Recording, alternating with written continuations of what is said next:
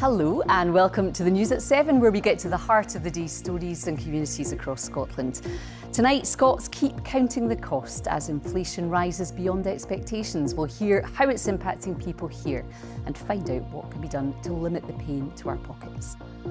It's affecting me mostly in bills. Electricity is so high, it's unbelievable.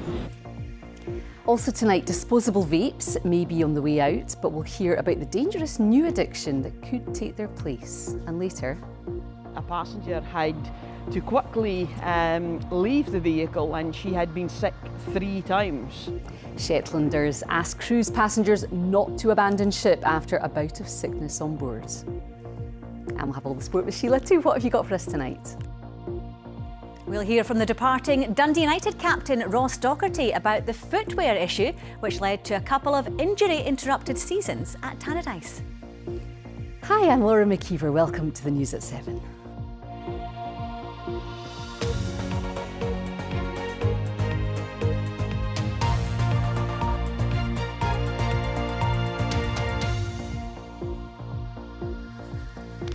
Now, the price of goods, bills and services is continuing to surge, and the Bank of England has warned inflation's going to get worse before it gets better. The higher than expected jump in inflation was mostly fuelled by rises in household bills such as gas, electricity and in particular water. Inflation rose by 3.5% in the year to April. That's up from 2.6% in March, which had been closer to the central bank's target of 2%. Now, as well as increasing energy bills because of the hike in the energy price cap, airfares are soaring and food costs continue to be impacted by global conflict and trade disputes. We've been finding out how people here are coping with the cost of living. We are probably, I would say, £150 a month more on the same items, and that has a knock-on effect on, eating out and carry-outs, and that's all stopped. I never really had to think about, all the bills going out, but now I have to budget everything. Even for my groceries, the prices for the groceries have gone up as well since COVID. I think it's impacting us largely. Mostly in my bills. It's pretty much doubled in the last year, which is not ideal. And do you find that you're having to budget a lot more and think about what you're spending your money on? Definitely. I've had to get a second job as well to be able to manage the cost of it as well. So yeah. It's affecting me mostly in bills. Electricity is so high, it's unbelievable. Gas is just as bad, and then you've got your food and your other bills. It's just not livable anymore. Well, the UK's largest food bank provider is reporting a record number of emergency food parcels being delivered as the cost of living continues to hit the most vulnerable communities. The Trussell Trust says the situation is almost as bad as it's ever been. They say in the last year, 240,000 parcels were distributed, equivalent to 1 parcel every 2 minutes. Cara Hilton from the charity says it should be a huge wake-up call. When we look at households that need support of Trussell food banks, 60% of those households have at least one child, and 1 of 4 of all parcels in Scotland goes to a family with 3 or more children. So that's why we need both the Scottish and the UK governments to step up. We want the Scottish Government to increase the incomes of low-income families by increasing the Scottish child payment to £40 a week, and we need the UK Government to scrap the unjust and unfair 2-child cap, which is really having a devastating impact on the families that our food banks support. Well, I spoke to Miles Fitt earlier, who's Head of Financial Health at Citizens Advice Scotland, and I asked him how worried we should be by the rise in inflation.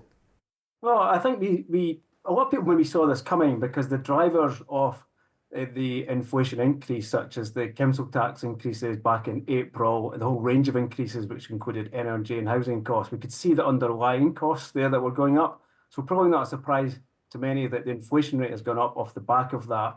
And it is a concern. Even when inflation is at a lower level, it's still inflation. It's still higher than what it would normally be for prices. So the fact that it's gone up is a worry. And I suppose the concern is whether this is going to be the start of an upward trend in inflation. Yeah, what are your thoughts or expectations about that, given the Bank of England is predicting that there will be further rises ahead? Our concerns are there. It's what the drivers, such as the energy costs, there's been continual rises in the energy price cap over the last three reports on that. We expect that to come down a little bit later on this week. And that's one of the big drivers, and we do hope that that sustains itself over the longer term, especially as we get into the winter period. But yeah, there is a concern that this is something that might last, and that there are people affected by who come into the Citizens Advice Bureau who are on low incomes, who are really struggling with the cost of living. And it's a sign, it really is a sign that the cost of living crisis hasn't gone away. Tell us more about those people then. What are their big concerns and how are you able to help them? So a lot of the people who are coming in with are based on low incomes, but it's the combination of low incomes and high costs. We have seen people with high mortgage costs and debt they're getting into, with rent costs. People are struggling to pay their bills, struggling to pay their essential living costs. You know, it's food, heating, shelter, energy. And we have people coming in who are struggling just with all of that. And there's a whole list. I could be here all day explaining all the various levels of problems that people are in. But the big ones are those core essential living expenditure. And it's been with us for quite some time. And I keep going back to this point about the cost of living crisis hasn't gone away and will continue to be with us. Yeah, with that in mind then, are you able to give them much advice and help? We can, absolutely. You know, through our it's a network of 59 Citizens Advice Bureau across communities in Scotland, we can give them budgeting advice, income maximisation advice, you know, making sure they're claiming all the entitlements that they're able to get. We can give them advice on their any debt problems they've got or any arrears they've got. And we can give them that human contact as well. You know, we get a lot of people who can say to us that they help them sleep better at night because they got that human interaction, because they got that problem shared. So it's not just the advice we give them to get out of their current difficulty, but it's also about the human interaction as well. Citizens Advice Scotland there. Well, from the cost of living to the cost of climate change. Scotland found itself at the centre of world attention on environmental issues back in 2021 when the COP26 climate conference was held in Glasgow. Before that, the Scottish Government committed to reducing emissions by 75% by the year 2030. But after they were consistently missed, the target was discarded in 2024. But a commitment to reach net zero by 2045 stayed in place. And now the Climate Change Committee says that to achieve this, Scotland's emissions need to meet new reduction targets. Earlier, I spoke to Professor Keith Bell from Strathclyde University, who's on the Climate Change Committee. What we are recommending today is a series of carbon budgets, so 5-yearly budgets that set the total amount of greenhouse gas emissions that should be the maximum permitted in these periods. So it gives a reference for government policy. So we should be, the government should be putting in place actions to achieve these budgets across the whole economy. So it's not limited to any one sector or another, on the route to net zero greenhouse gas emissions in Scotland by 2045. What do we, as ordinary people, need to be doing to help to make this happen? The main thing is reducing the way the things that we do that use fossil fuels and replacing them with things that don't. So it doesn't mean we have to change our lifestyles or how we get around or it doesn't mean we don't have to have warm homes in the winter and so on. It just means that the way we do it is changed. So if you've got a car, then using an electric car. If you've got the option of using public transport, doing that. If you've got the option of walking or cycling, doing that. And in homes, heat pumps. Heat pumps are a very efficient way of heating your home. They use basically a third of the amount of energy that a gas-fired boiler would use to achieve the same sort of result. It's not perfect in that there is an upfront cost to installing a heat pump, and perhaps depending on the nature of your home, might need to replace the radiators. So that's difficult, but it's a one-off thing. And then if we get the pricing of electricity in comparison with gas right, then over the rest of the lifetime of your heat pump, you're saving on your bills. It's a huge problem though, isn't it, cost at the moment, both the cost of buying an electric vehicle, heat pumps, but also that big cost of energy, which is out of the control of us householders, isn't it? Yeah, it's been a big challenge. The cost of energy over the last few years obviously been massively impacted by the war in Ukraine and what that's done to the global fossil fuel markets, in particular gas. And it affects both our use of gas directly, of course, and our use of electricity, because still, I think last year for Britain it was about 45% of electricity came from burning gas, and that tends to set the price in the wholesale market. So actually, if we can transition from using gas to make electricity towards low carbon forms of energy, such as wind farms, solar PV panels, reduce that dependency on gas, then we're much less vulnerable to these sorts of disturbances in fossil fuel markets. It's a form of energy over which we have control because we've got the ability to build the wind farms and the solar PV panels and to connect them up and make use of them. Is net zero by 2045 achievable? Absolutely. The technologies exist, the ways of doing it exist. They're not actually going to have a big impact on lifestyles. In many ways, great benefits for how we live our lives. Cleaner cities. If we eat a bit less meat, we're not saying don't eat meat at all, but eating a bit less, using more kind of plant-based foods, all of that is good. Doing more kind of active travel, all of that is good for fitness and health. So, yeah, this is all about kind of net benefit actually, not just net zero. Professor Bell, thank you so much. Really good to talk to you today. Thank you very much.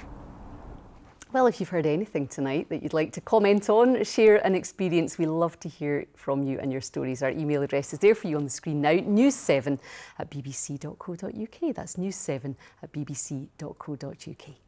Thank you for joining us in tonight's News at 7. More to come in the programme, including when the ship of dreams turns into the stuff of nightmares, an outbreak of illness on a Shetland-bound cruise causes bellyache for passengers and a headache for locals. It's another dry and sunny day tomorrow, but a good bit cooler. Bigger changes on the way though at the weekend with some rain. I'll have a full forecast later.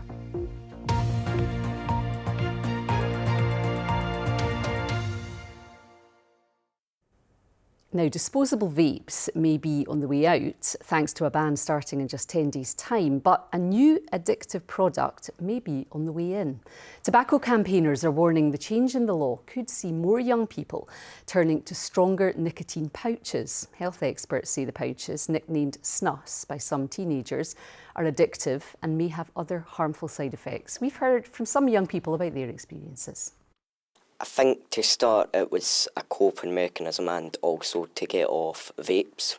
It was fine for like the first 5 minutes, and then after you swallow your spit, it doesn't taste good and it burns and it makes you feel sick. No, it wasn't great. Most times people wouldn't know because it's like tucked away in your gum, and you can sometimes you can push it up so people really can't see it. People will find ways to have nicotine somehow. Just walking past, they give you a free tub or give it a shot and leave a review. I don't think you should do that since you've got our people our age that don't look our age, and you're just giving out people free nicotine pouches. When I first started, I'd done some stupid stuff, took the really high milligram ones, and I've been sick from it myself, and that did put me off. Well, Dr. Richard Holliday is a senior lecturer at Newcastle University School of Dental Sciences who's led research into the potential oral health impacts of nicotine pouches. Dr. Holliday, a very good evening. Thanks for joining us. What is actually in these pouches? So the main constituent is nicotine. That's why people take them. And the large majority of the makeup is actually just a carrying agents of cellulose, and then flavourings and additives. So that's what we know from the manufacturing, information. And from your research so far, what do you think the health implications could be? I think the first thing to say is there's very little research out there, actually. So our research group at Newcastle University conducted a study recently, a review of the research and the data out there, and we found very little. We were able to make some kind of sensible suggestions, I guess, or educated guesses based on other nicotine and tobacco products that what might be the consequences. And I guess the biggest thing that we were predicting is probably problems of gum health. So these pouches are held next to the gum tissue, sometimes for quite prolonged periods of time. So you could get areas of gum recession, so the gum shrinking back. That obviously has cosmetic appearance issues, but also maybe sensitivity or increased risk of dental decay. Would also be kind of concerned about mucosal health, so the lining of the cheeks and the lips that sit against these pouches, and cellular changes within those tissues as well. So that's the most likely area of concern with these products. Does it worry you then that people seem to be using them, and especially some younger people as well? Do you think they're aware of some of these potential risks? Well, probably not, because there isn't the evidence or the data to suggest them. So we're kind of hypothesizing. I am worried about that. I'd say for an adult existing smoker, these are probably a fairly sensible harm reduction product. But for a young person and any non-smokers, my advice would be not to use these products. OK, well, really interesting to hear more about it tonight. Dr. Holliday, many thanks for your time. Thank you. Let's get a roundup now of the stories making the BBC News app in Scotland. Stagecoach bus drivers in the west of Scotland are to go on strike after a breakdown in pay talks.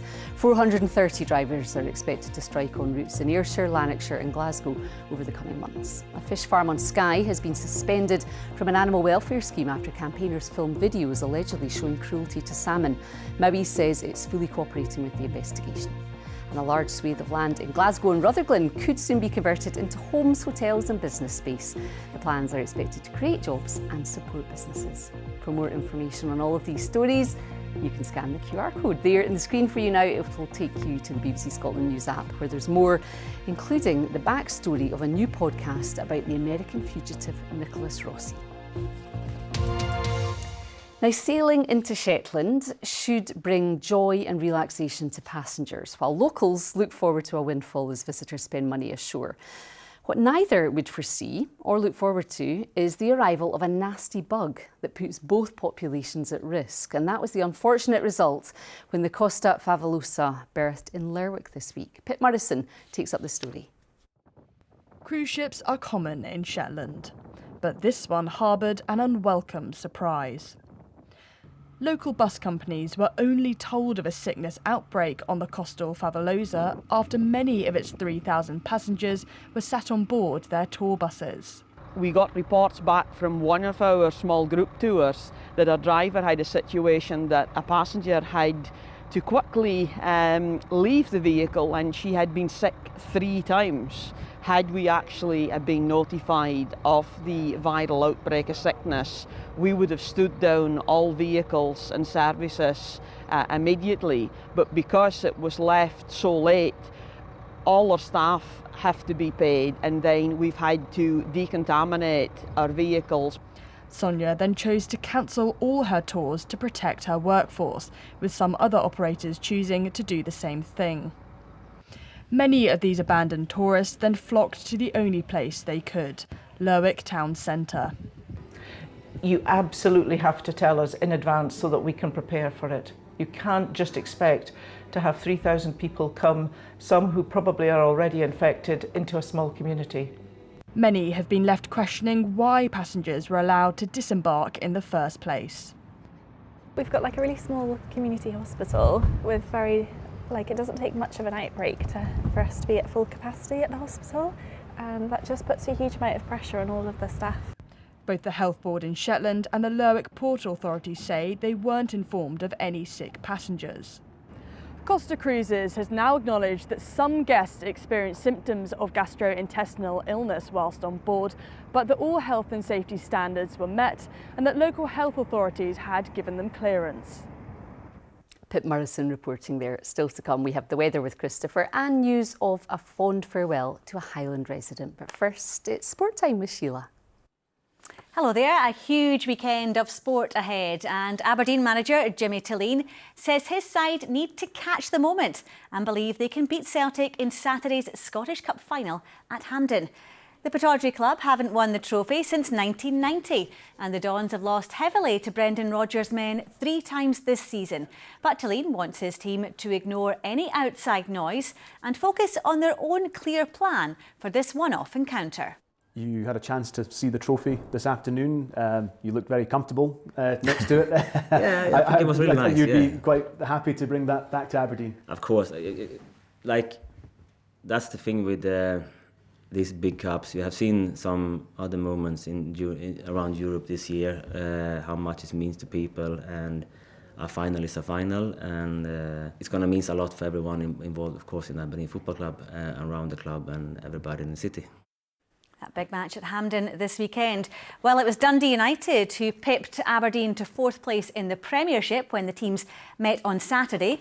This man here, Ross Docherty, was the Tangerines' captain for that match, but has since been told his contract won't be renewed at the end of this month. He's been speaking to our reporter Kenny Crawford about a footwear issue which led to a couple of injury-interrupted seasons at Tannadice. For the 2 years I was kind of wearing shoes that probably were a bit too tight, and you don't think anything of it really at the time, and obviously I'm trying everything else to get myself sorted. Ended up going to a podiatrist, and she'd said, listen, when was the last time you had your feet measured? And I said, well, I don't know, when I was a kid really. So she actually said, listen, these shoes that you're wearing are a bit too tight. It was probably maybe the design of them and the certain shoe. Obviously it kind of differs throughout different shoes that you wear, but effectively, long story short, I was wearing shoes that were maybe a bit too small, and it was kind of killing my body, killing calves, hamstrings and stuff like that. So we ended up getting the right size of shoe for a start, but we also got kind of custom made insoles. So these things happen, and I'm a wee bit ashamed to tell that story, to be honest. But touch wood, that's kind of what was affecting me for so long. And I think from now, from kind of the turn of the year, especially the last month or two, it's the best I've felt since I've been at United. And I think for me, it gives me that confidence, like I say, to go and put it right somewhere else and go and try and play and prove myself again. So what size are you, Ross? I'm a size 9.5 officially now, so I was wearing the 9 that I thought I could maybe get away with, and probably was getting away with for a while. You've been in the top flight with Dundee United. Are you hopeful and are you confident from maybe bits of contact you've had that you'll be able to find another top flight club? I think for me, I'd like to think on in terms of playing side that I've proved myself in that league. Not to be arrogant, but I never really kind of doubted that, but it was about going to do it, and I think that I've done it this season. So I think for me it'd be nice to stay in that league. I've always noticed over your career that you're a Paisley boy, Ross. A Paisley boy who's never played for St Mirren. Would that be something that would appeal to you if Stephen Robinson was interested? Of course, that's kind of where my journey started. I was, I think, 5 or 6 year old, and I was at St Mirren until maybe 13, 14. And they thought I wasn't good enough at that time, or wasn't developed enough, should we say, at that time. So I had to go elsewhere, and I kind of made my way elsewhere. But it would be something that I'd look to, and if it came up, and I certainly wouldn't turn it down. Never say never, as you say, and I think I would make a few friends and family happy if that did come in. Ross Docherty, thanks very much for your time. It's been great to speak to you, and we'll look forward to seeing what does unfold over the next few weeks. But in the meantime, have a good holiday. Cheers, Kenny. Top man. Yeah, good luck to Ross Docherty and whatever happens in his future. Remember, there's lots more you can watch and read on the BBC Sports Scotland website, including a piece on runner Ailish McColgan setting her sights on the Great North Run in September. And you can also read more about Ross Docherty's Cinderella story on the website too. He shall go to the ball. He shall. Sheila, I feel like we all need to go and measure our feet now and make sure we're wearing the right size. We've been wearing the wrong shoes for a while. Maybe we have. Thanks, Shields. Now, she was the oldest polar bear in the UK, living to the grand old age of 28. But now Victoria, who lived at the Highland Wildlife Park near Kinussie, has been put to sleep after suffering from increasing health problems. Here's Andrew Thompson. She was a very loved bear amongst the keeping team, but amongst any of our staff members as well. A very kind, gentle, caring bear. So yeah, it was definitely a very sad day when we had to make the decision on its own. So yeah, it was lots of discussions between the veterinary team and the animal keeping team, observations on how she's doing, and yeah, we eventually for the welfare of the animal, we had to make a decision to put her to sleep. She had reached the amazing age of 28, which is quite old for a polar bear, even in captivity. I mean, we can see polar bears in the wild. If they reach the mid-teens, it's phenomenal. We would offer her some pain relief for joint care and that kind of sort of options we had available for her. So, but there's only so long you want to stretch that to keep her comfortable. So that's why we made the decision. You must have good memories of her, especially maybe with those cubs that she had to tell us about that. Yes, absolutely. It was amazing to be part of a team who've gone through this experience with her. It's incredible to see these little, literally very extremely white balls of fluff emerge from these dens, which has been a phenomenal time for everyone who's been part of the process as well. And to see her be such a caring and gentle and incredibly sweet mother to these cubs that were born here at the park. She's done a phenomenal job, and we sometimes kindly say to her she could have been a little bit stricter with those 2 boys, but yeah, just to see these boys grow up to the bears that have become, she's done a phenomenal job. If you could think of one memory of her, you know, from your time with her, what would that be? Oh, there's a lot of memories that are absolutely stunning, but what I've always enjoyed about Victoria being such a large bear that she is, the dexterity of accepting blueberries, which was part of her diet that we offered here at the park. Just something so large can enjoy something so small. She really loved taking those berries from the keeping team. Yeah, that was very nice. It's one of the many nice memories we have of her. Oh, rest well, Victoria. And you may remember the story of the escaped lynx near Canusie. Well, you can now go to our website to see how they're settling into their new home at the Highland Wildlife Park. Let's get a weather forecast now. Christopher's here with more blue skies, but we are preparing now for some rain, aren't we? Yes, and about time too. Some parts of the country haven't seen any rain for about 5 weeks. May has been super dry, about 4% of the rainfall we would normally expect, but that's off the back of very dry March and April as well. So spring, very dry indeed, but rain on the way, as you mentioned. Before it arrives, some sunshine and blue sky, much like today. Lots of pictures coming to us from our weather watchers. Thanks for those.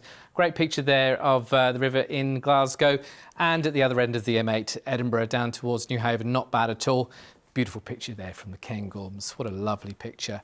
And more of the same, really, tomorrow. Let's take a look at what's happening in the forecast, because we've been so used to high pressure ruling the roost for a number of days now.